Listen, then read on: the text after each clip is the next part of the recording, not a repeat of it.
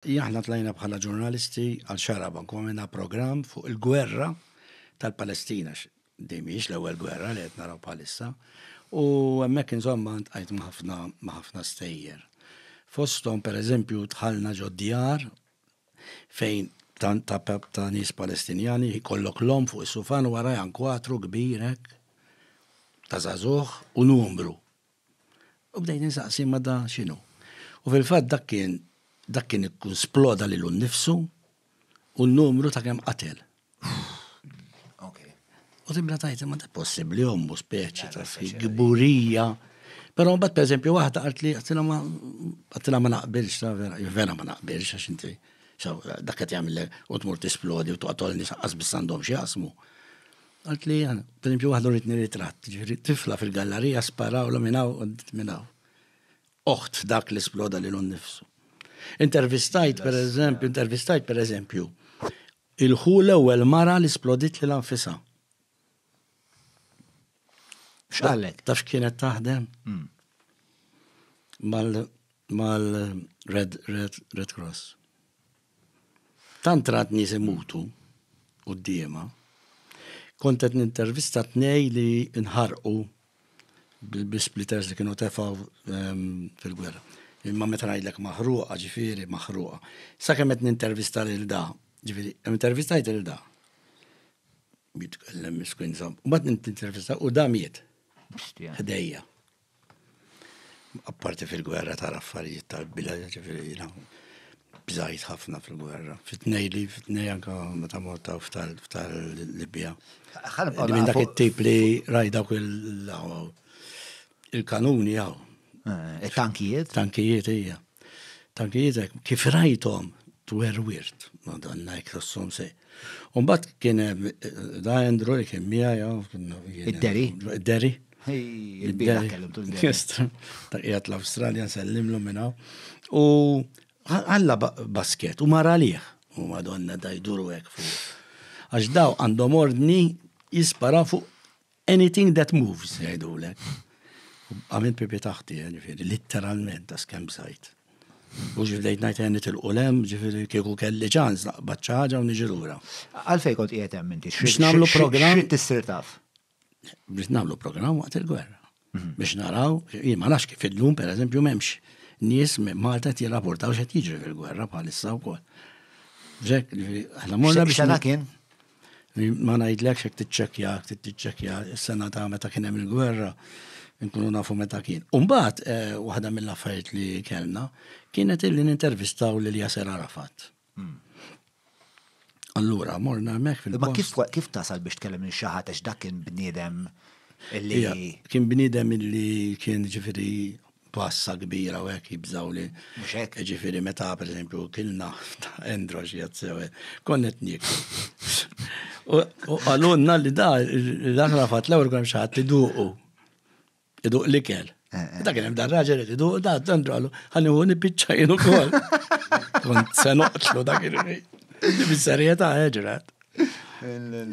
Insomma, mbagħad. Għax dak happy go lucky. Bravo ħafna. Insomma, mbagħad kont nintervistawh il-dajja Yasser Arafat u f'daqqa il-ħin daħħal xi ħadd bit-telefon għallu xi ħaġa bil-motek u bdejdu nagħtfu il-kameras għax ħallejna l-kamera mhix hawn naf qed jiġi. Ġifieri ġewna nitfu l-kamera u hekk u dan. U mbagħad dik kienet it-telefonata li għalulu li l-Amerikani ġejjin jokkupaw hemmhekk il-bank li kien fih. U xi 4 sigħat wara li tlaqna, fil-fatt ġie attakkat hemm. Splodew il-banker. Le ma splodewx kienu l-banker ġew żammu hemm ġew. Ġifieri inti qabel l-assedju ta' Ramallah. Ramallah kien dak. Konna Ramallah. U kien weħel ġew. Mela weħel hemm ġew, konna kien hemm soru rajni aħna urġin, hemm ġew baqgħet pereżempju. Aħna ħaqna ħriġna. Laqqas temmen. Ġifieri qudiemi kien hemm Arafat li Madonna wiċċu beda ma kien kompletament hekk ġifieri hekk għalhekk taraħ ġifieri għajneħ isfar ġo għajneħ. Ovvjament kien sar jafd il-bicċa xoħlu. Għalek għallunna biex nitfu l-kamera, għas komplejni kważi. U publikament dejjem kellu d-dispożizzjoni pjuttost isu dejjem jitbissem. Anka meta qed ikun assertiv, kif ma temminx fija inti, jiena nemmen. U hekk meta tkun bil-qeda ħdejh. Ħafna mill-aħjar, ħafna fabbli ġifieri u hekk. U inti kont qed tintervistaħ? Ija, kont qed nintervistaħ. Bil-kamera, żjew? Bil-kamera. Ngħidlek għallinna biex nitfuha għax kien vera fimni. Kien għet tiġi aħbar bħal dik ma kux rrid inkompli u fil-fatt fil-verità għalluna biex nagħlqu. U kelkom ta' u tlaqna. Meta tiltaqa' ma' persuna ta' statura bħal Yasser Arafat, ikun hemm hekk ċertu ora ta' maġija madwaru? Ija, ta' joħolqu għal-iktar in-nies li jkunu miegħu ta' madwaru. Ħafna nies taf kif iduru, ġibu l-wek, u jemlu l-wek, u jduqu l-ikel, u jduqu l-xorb, li konet itiħ xaħat ieħor, li ma taraxħiex meta tmur. Imkien li f'daw il-postijiet u f'daw l-avvenimenti, hekk imma ġifieri b'dak il-mod. Però mbagħad qed ngħidlek, da x'ismu Andrew għallu biex iduqu l-ikel ukoll, ġifieri l-atmosfera kienet pjuttost relaxed ukoll.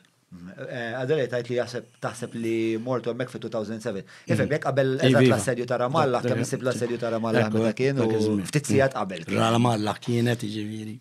Niftakar ninsegwija fuq CNN, niftakar nisma' telefonati tiegħu. L-ewwel darba li kont smajt li Yasser Arafat vera isteriku u li jibda jgħajjat magħhom u jgħidilhom li din hija kriminalità kontra l-bniedem u daw l-affarijiet. Jiena tqajt ma' wieħed pereżempju bil-bejbi tifel hawn kellu mhux bejbi, tifel kellu xi 9-10 mejjet u se jmur jitfnu. Waqft inkellmu. U batatlu għalli ħajfenade għandi sefer ieħor għalli għandu 11. Għatlu fejjat għalli jatem, kien qiegħed jiġġielet dawk kien taf biex kienu jġildu bil-ġebel, jitfaw il-ġebel. U l-oħrajn jisparawlhom, tarom ġifieri jonxruhom. Bl-ewwel net naħseb illi jrid ikun hemm rikonoxximent ta' terrorizmu u li da mandu jsir qatt, ġifieri ma nemmix hemm raġuni għalfej tisplodi li xaħat, ġifieri. Li nidejja huwa li fil-waqt li l-Ħamas huwa grupp terroristiku m'hemmx dubju, jagħmel ħsara kbira lill-kawża Palestinjana. Għamel affarijiet atroċi ġifieri jinnaf. Rajt xi ħaġa qed joqtlu bil-mobile tagħha jiffilmjawha, ġifieri. Ostaġġ mara ta' 82 sena, pereżempju, għandha bżonn il-mediċina, n-neputija tagħha qed tgħidilhom ġifieri atroċi. Mbagħad jekk mhux se nikkundanu jgħidu ma tattakilhom okkupati dawk is-snin kollha jiena dik ma naqbel magħha xejn ġifieri. Le m'għandniex niġġustifikaw it-terrorizmu, ma l-terrorizmu jġib iżjed terrorizmu, il-vjolenza ġib iżjed vjolenza. U mbagħad min-naħa l-oħra għandek l-Iżrael illi tittajlu terrorista wkoll u jindik li ndejja illi ħafna mexxel wieħed il-Ħamas ma l-oħrajn terroristi. Ġifieri taqtalhom id-daw, taqtalhom lil marax potere daw għandu kif daw verament kienu okkupati, toqtol dawk it-tfal kollha. Qasni fl-aħtara ġifieri, hemm filmati jifirħu meta jkun qatlu lil xi ħadd daw is-soldati. Taf kif free for all u hekk u daw jħassra. U anka ġifieri dal-pajjiġi u attenti ma jgħidu li ceasefire ma danna mela x'inhi. Hija waqaf il-gwerra spiċċa. Full stop. Dik mhux difiża tagħmilhom hekk il dawn in-nies. Għalija x'ismu Netanyahu huwa terrorista.